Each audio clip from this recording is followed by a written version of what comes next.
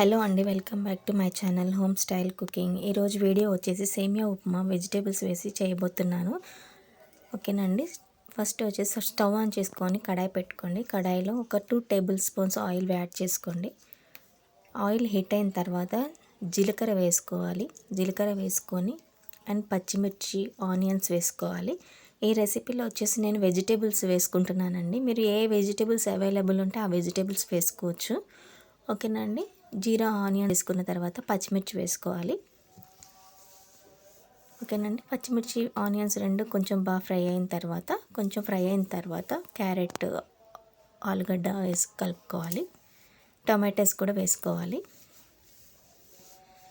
ఓకేనండి. ఈ వెజిటేబుల్స్ అన్నీ వేసుకున్న తర్వాత పసుపు, ఉప్పు వేసి బాగా ఉడకనివ్వాలి.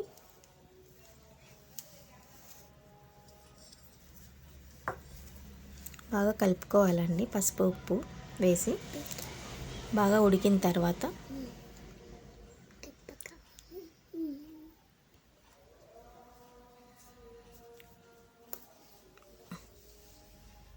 చూస్తున్నారు కదా, ఒక 70% ఉడికితే చాలండి. అండ్ నేను తాలింపులో ఎండుమిర్చి వేయడం స్కిప్ అయిపోయిందండి, మీరు యాడ్ చేసుకోండి. ఎండుమిర్చి వేయండి. బాగా కలుపుకోవాలి. ఒక 1/2 టేబుల్ స్పూన్ కారం వేసుకున్నాను. ఈ ఉప్మా వచ్చి కొంచెం స్పైసీగా ఉంటేనే చాలా బాగుంటుందండి.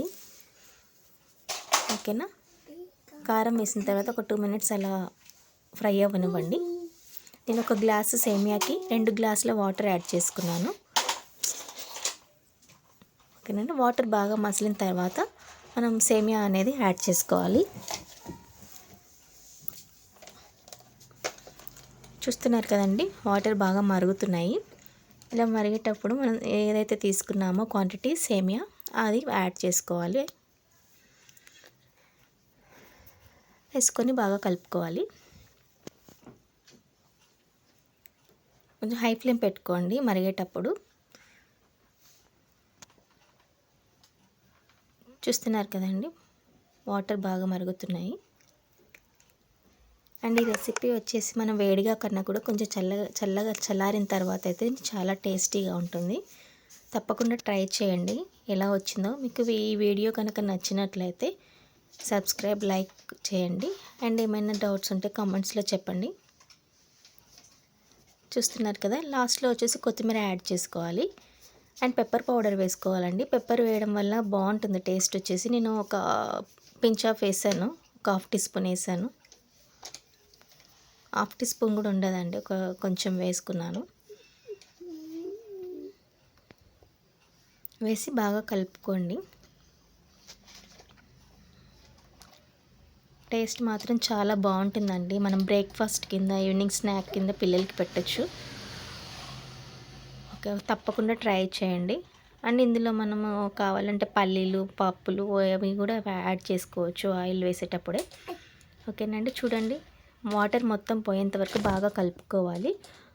మొత్తం వాటర్ పోయాయి చూడండి, మీకు కనిపిస్తుంది కదా, దగ్గరగా అయ్యింది. మంచి పొడి పొడిలాడుతుందండి. ఆరిపోయిన తర్వాత ఇంకా స్టవ్ ఆఫ్ చేసేసుకొని సర్వ్ చేసేసుకోవడమేనండి. ఎంతో టేస్టీ అయిన సేమియా ఉప్మా రెడీ అయిపోయింది.